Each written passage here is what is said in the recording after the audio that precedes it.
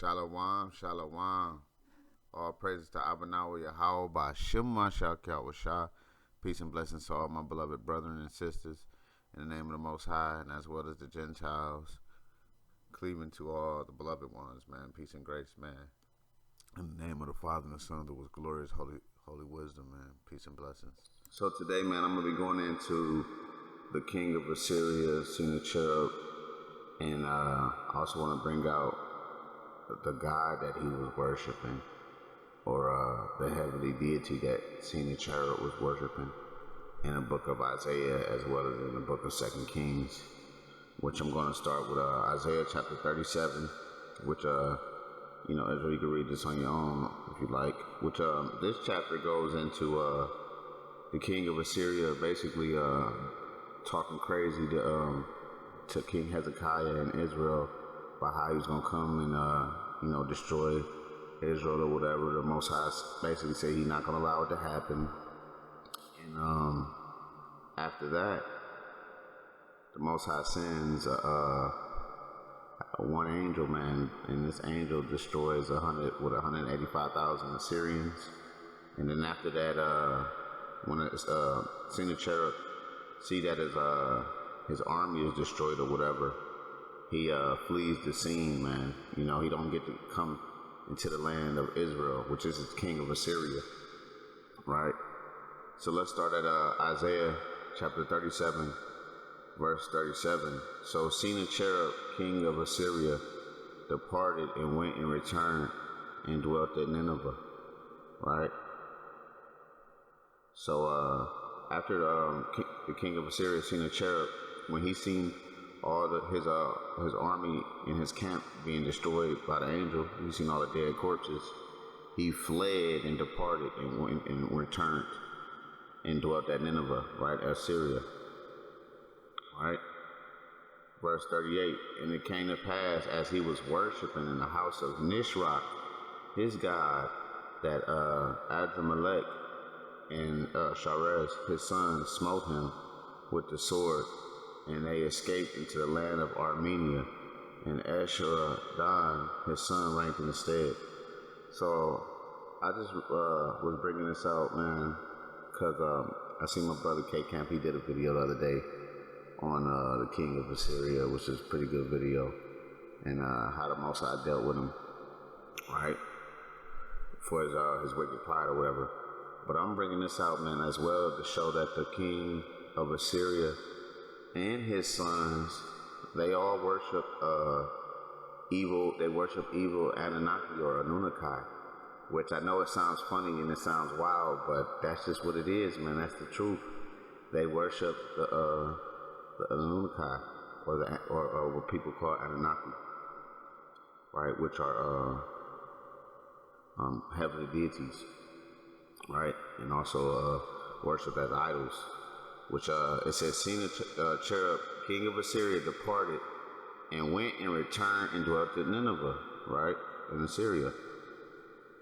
And it came to pass as he was worshiping the house of Nisroch, his god, that Adramelech and Sharez, his son, smote him with the sword.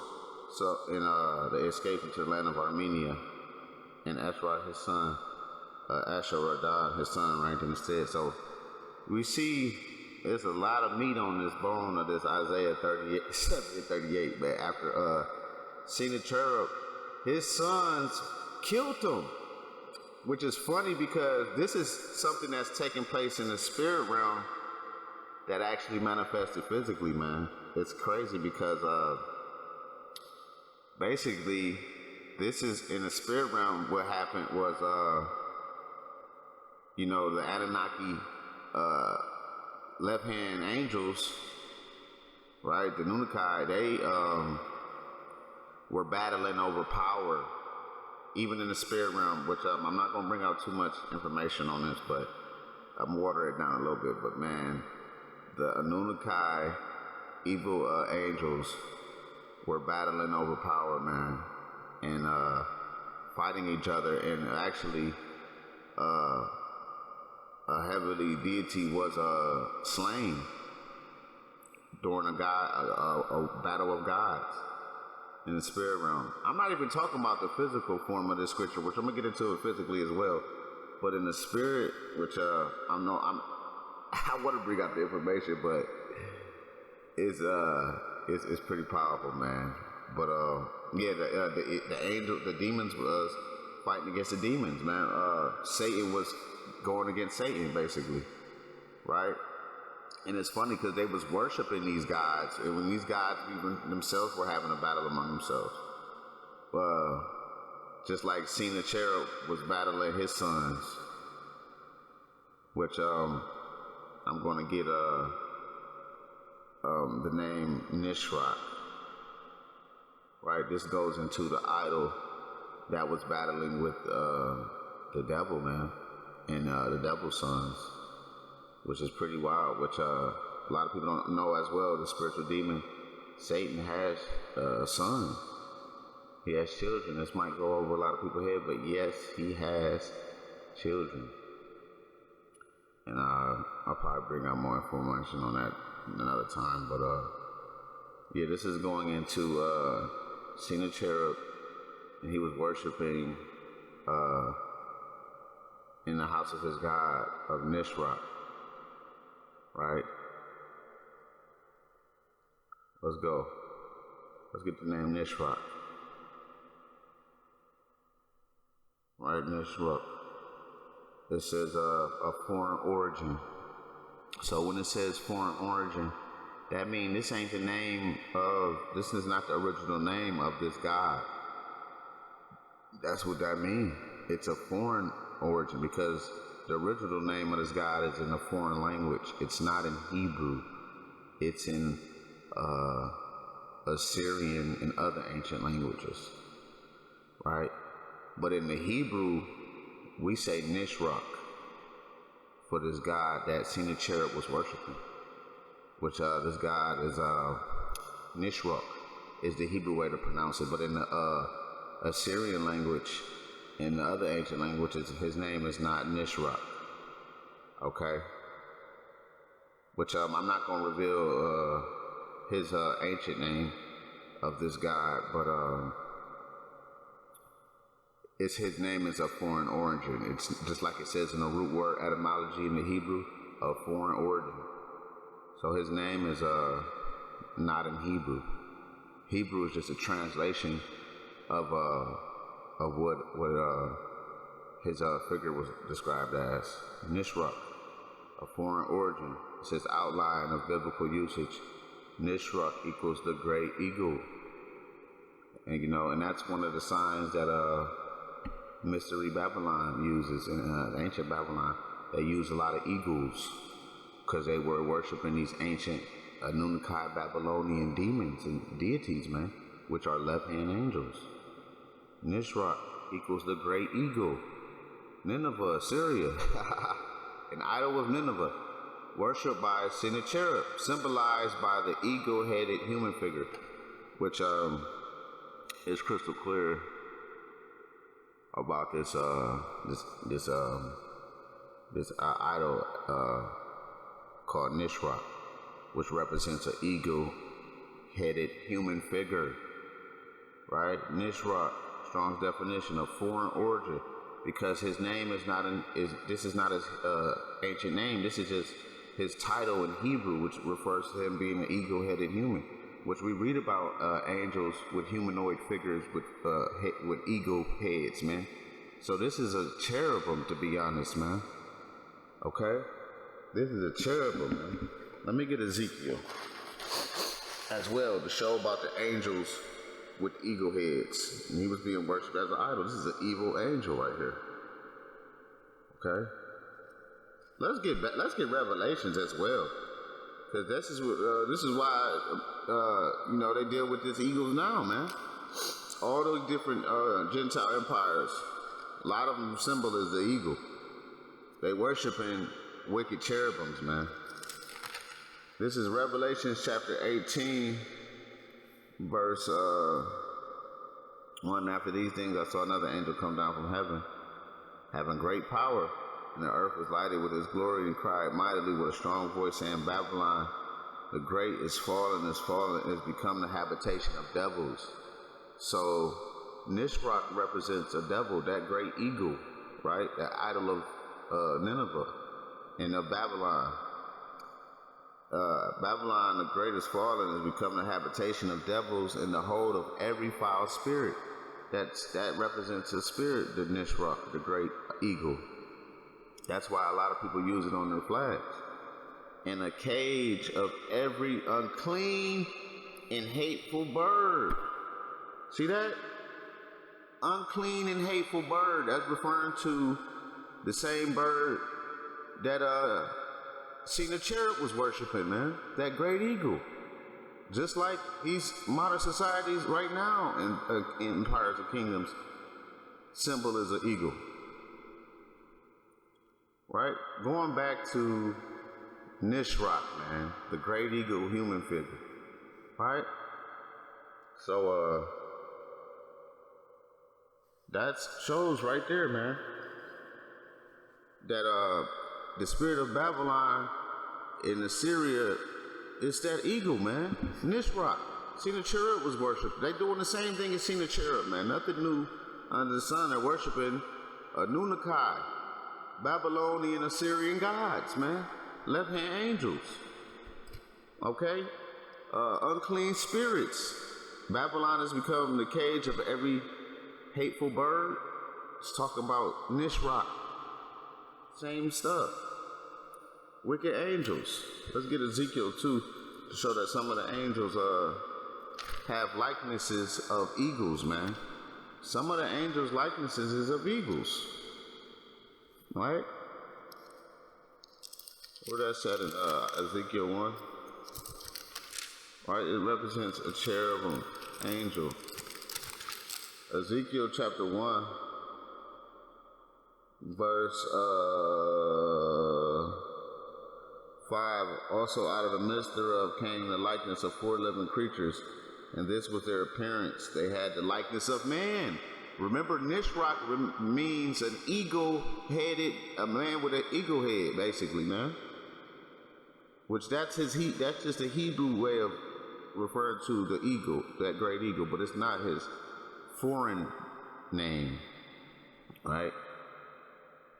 And they had the likeness of a man, and everyone had 4 faces, and everyone had 4 wings, right? They had transformations. All right, let's go down to 10, and they had their faces. They had face of a man, face of a lion, and a face of a ox, and they also had a face of an eagle. Ezekiel 1 and 10, they also had a face of an eagle. That's a Nisroch. It's an evil cherubim, no, man. They was worshiping them. Let's get to Revelations, because Revelations speak about these living beasts as well. All right. I think that's in Revelations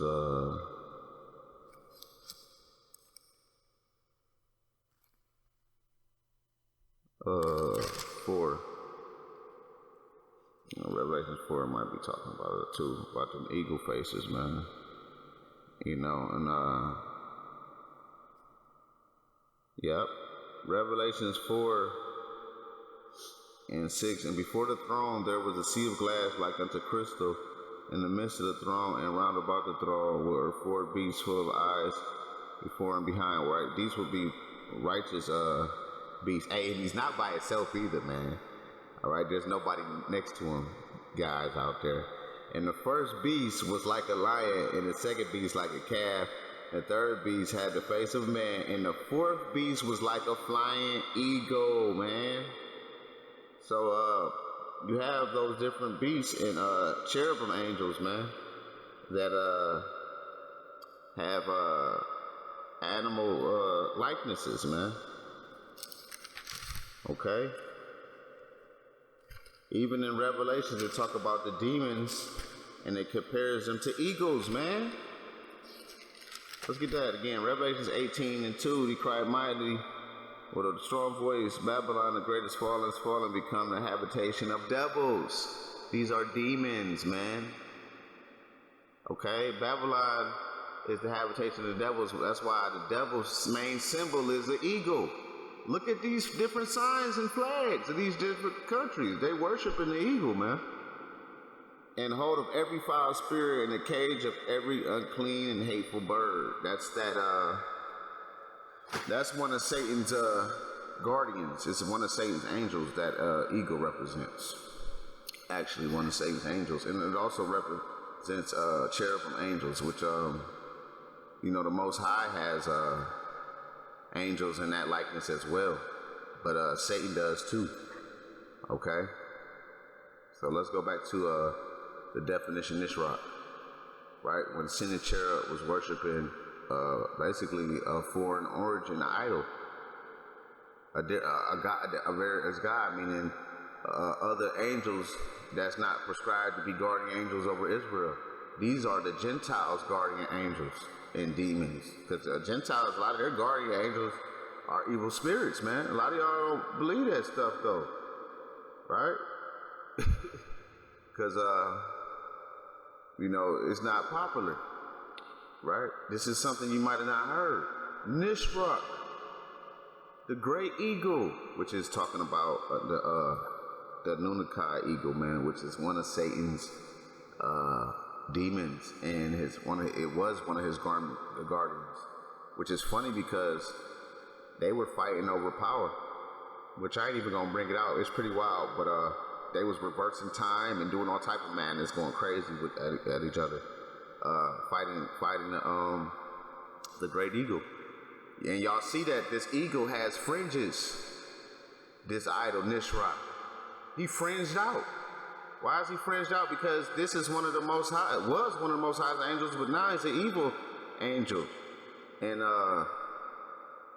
basically a servant of the devil, the devil's angels. Because guess what? The devil got angels too. And Yahweh Shai himself says that. So Nisroch, the great eagle, idol of Nineveh, and remember the devils were worshipped as idols. Even Paul tell you that the things that the Gentiles sacrifice to, they sacrifice unto devils. These is real devils, man. An idol of Nineveh worshipped by Sennacherib, symbolized by the eagle-headed human figure, Nisroch. So it's funny because in the spirit, Satan and this eagle, they were all battling over power, and Satan had to basically use one of his sons, right? And his angels. Okay? And Satan's son and this eagle were going at it. It was basically a fight between Satan versus Satan. What it says, if Satan casts out Satan, his kingdom come to an end. And that's exactly what was happening with Sennacherib. His kingdom started coming into his end. His own sons was coming against him. Just like in the spirit, Satan and his own guardian over his area in the spirit realm was coming against him, man. So it happened in the spirit and it happened in the flesh, which I'm not bringing out I'm not gonna bring out the information out of it too much because it's pretty wild, man. Hey, the beloved said I fed you with milk and not meat, man. Which this stuff is definitely meat, man. It's straight meat. But like I said, I ain't gonna bring out his ancient name, but Nisroch is that eagle, that human-headed eagle, man, which is actually one of Satan's angels, and they had to use basically Satan's son to defeat this eagle human figure, which I don't believe Sennacherib was worshiping this great eagle. What I do believe is they had this symbol of the eagle because of him being defeated by one of Satan's angels and sons, which they defeated the eagle angel basically. And there's a scripture in Psalms that says all you are the sons of God, but you shall die like men, right? So that's really talking about angels, man. Right? Because once angels get sent to the underworld, that's like dying spiritually. Okay? You shall die like men. So showing you they're above men. Right? Which I know a lot of brothers use that verse for Israel. But really that's going into evil spirits, man. You know, them being cast into the abyss in hell, that's them dying like a man, because they're supposed to be in heaven. So what the hell is the angels doing in hell? Because they're dying from their heavenly state. Okay? Nisroch, a Babylonian idol, right? Which he was a powerful cherubim angel, man, and he was one of Satan's angels, and he tried to basically steal Satan's power, and they was going at it over this, man, which pretty wild, man. Even in the book of Daniel, it tell you that angels and demons fight, man. Okay, we see Michael the archangel even rebuking the devil and all that, man. Okay, so yeah, Satan was going at it with this eagle, man. That ravenous bird. Okay, that heavenly eagle, which basically got his wings clipped.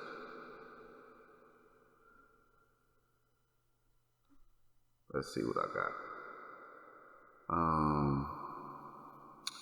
Yeah, man, he's referred to as a storm bird, right? It says this demon was half man, half human, right?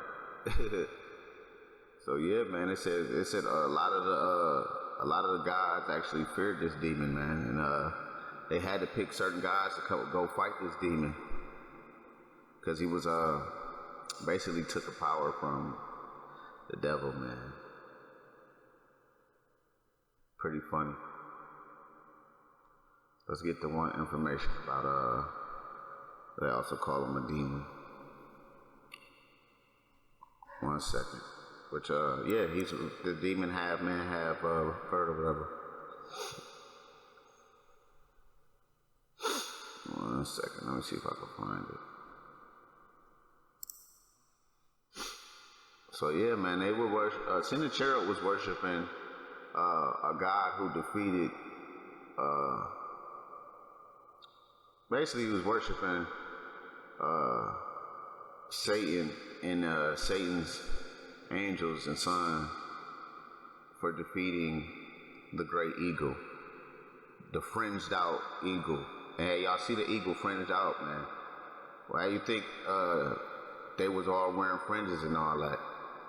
Come on, man. They fringed out with wings, cherubim and angels. Well, this great eagle doesn't have wings. His wings was clipped. He took a loss to one of Satan's angels, which is basically Satan versus Satan, man. Just like Sennacherib was fighting, he's fighting his own self. His own family killed him. So it's the same with Satan and his servants, man. Okay, they said they ripped off his wings, which that's why Babylon was following that stuff too. Let's go. Okay, where is it at about they was writing about it? Britain had something to say about it too, about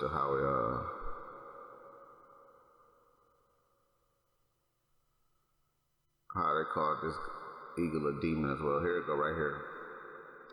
In modernity, I'll start at, it says in the 16th century, Nisroch became seen as a demon. Because he is a demon. He's a fringed out demon, right? He was actually one of Satan's guardian angels, you know?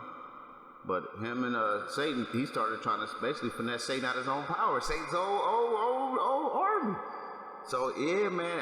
Even there's even pocketbook books where Satan and his demons fight each other, man. Hey, demons turn on demons, man. Okay, you know that's why these empires of Satan's kingdoms were falling. Let's go. The Dutch demonologist Johann Weyer listed Nisroch in his pseudo-monarchy Damonam 1577 as the chief cook of hell. Nisroch appears in the book of John Milton's epic Paradise Lost as one of Satan's demons. Nisroch, one who is, which really he is one of Satan's demons. That is actually true. Right? He was actually a guardian of one of Satan's spiritual temples. Right? And basically stole some of Satan's power, man. And they had to go get Satan's power back from this evil eagle. Which they even have the evil eagle on Dragon Ball Z as well. When Fu, he gets powered up by that eagle. So that's even on Dragon Ball Z as well. About the evil eagle, which represents Nisroch. Also going into Anunnaki cherubim demon. Right, calls into question Satan's argument that the fight between the angels and demons is equal. Hey, read Daniel 10 about the demons and the angels fighting. Objecting that they, as demons, can feel pain, which will break their morale. According to Milton scholar Roy Flanagan, Milton may have chosen to portray Nisroch as timid because he has consulted the Hebrew dictionary of C. Stephanus, which defined the name Nisroch as flight or delicate temptation. In the 1840s, the British archaeologist Austin Henry Layard uncovered numerous stone carvings of winged, eagle-headed genie at Calhu. Remembering the biblical story of Sennacherib's murder, Layard mistakenly identified these figures as Nisrochs because the spirit made him do that. Such carvings continue to be known as Nisrochs in popular literature throughout the remaining portion of the 19th century. In the Edith Nesbit's classic 1906 children's novel, The Story of the Amulet, the child protagonist summoned an eagle-headed Nisroch to guide them, right? A eagle-headed genie demon, man. Right? Nisroch opens a portal to advise them, walk forward without fear and ask, is there aught else that the servant of the great name can do for those who speak that name? Right? Like I told you, man, I didn't want to say his name, y'all. hey, that's in our scriptures too, man. I didn't want to bring that out on Israel, you know, I don't want to be a stumbling block to Israel. But, yeah, man, it says make no mention of the names of other gods, man. I was trying not to make mention of their names, which I do know the name, but I'm not going to say it. It says some modern works of the art history still repeat the old misidentification, but Near East scholars know generally refer to Nisroch as a demon, man. So that's what it is, man. That's represents the eagle-headed demon. So shalom.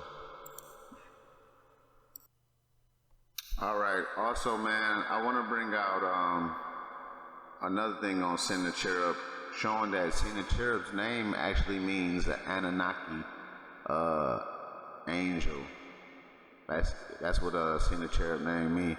That's why he has cherub in his name, which a cherub comes from cherubim, or they say cherubim or carabim, right? The cherubim, which are angels. And the beginning of his name is sin, which that actually, which we know sin is transgressed the law as well, but sin is actually represents the moon god, which the Most High refers to that in the law about worshiping the moon and all that, in the host of heaven, which his name is Sennacherib, which means sin, the angelic god, which he's basically named after the moon god, which is one of Satan's minions, man. So I want to get it in a blue letter Bible. Then I'm going to get another reference to Sennacherib's name, which I'm going to get how they say it in a blue letter. Strong's H5576. Sennacherib. Sennacherib. Right, which we know that's that Jewish stuff, right? Which is Sennacherib. That's really what it is, Sennacherib, which or Sennacherib, which Karab or Charab, Sennacherib, which is Sennacherib, which that's why he has Son in his name, which goes into sin or Sana, which sounds like a sinner, right? Sennacherib, right? Cherub is where you get cherubim, man, right? Sennacherib. So his name, when you break it down, Sana comes from it says equals sin multiplied brothers in Blue Letter Bible, and it also says sin equals the moon, because it's referring to the Anunnaki moon god Sin, which is a child of the devil, right? Sin equals moon. So Sennacherib name means basically the angel of the moon, which is Anunnaki. Let's get another reference. All right. So we have Senna, then you have Cherub, which we know Cherub means angel. So it says Sennacherib's name, Sennacherib means sin, the moon god, has replaced the brothers in Akkadian. The name probably derives from Sennacherib not being Sargon's first son, but all his older brother being dead by the time he was born.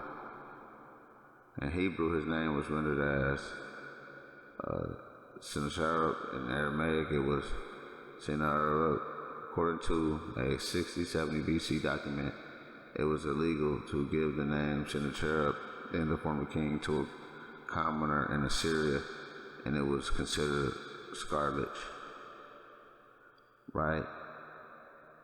Which, because his name, it refers to the moon god. That's why even in the Strong's Blue Letter, it says sin equals the moon, because it's referring to the moon god, right? His name means the moon god, right? We have sin equals moon, and cherub is an angel. That's why he has cherub in his name, because he was worshiping an angelic, or his parents had been worshiping the moon god, the cherubim moon god.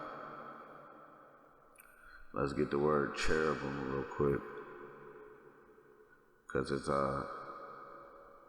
that's why he was even worshiping Nisroch too, because they was worshiping cherubims and angels, Anunnakis. Alright, a winged angelic being, cherub. Cherub. Cherub. Right, cherub, right, like Senna. Cherub. Senna. Cherub. Senna. Cherub. Senna. Cherub. Right, Sennacherib.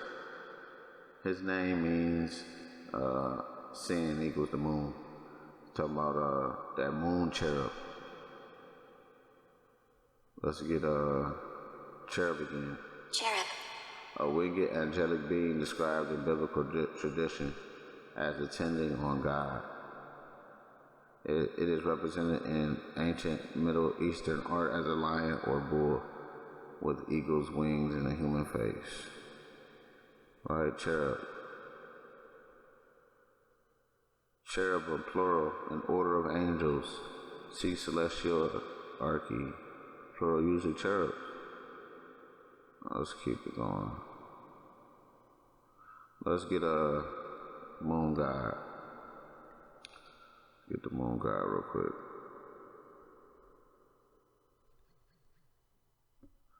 Right, because that's where Sennacherib name come from. Sin, in Mesopotamian religion, the god of the moon.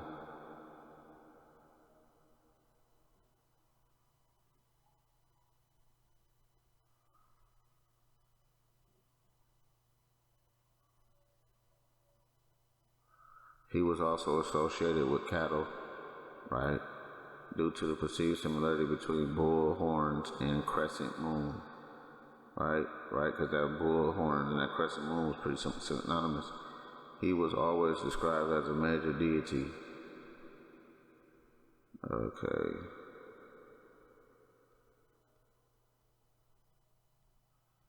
Moon cherub.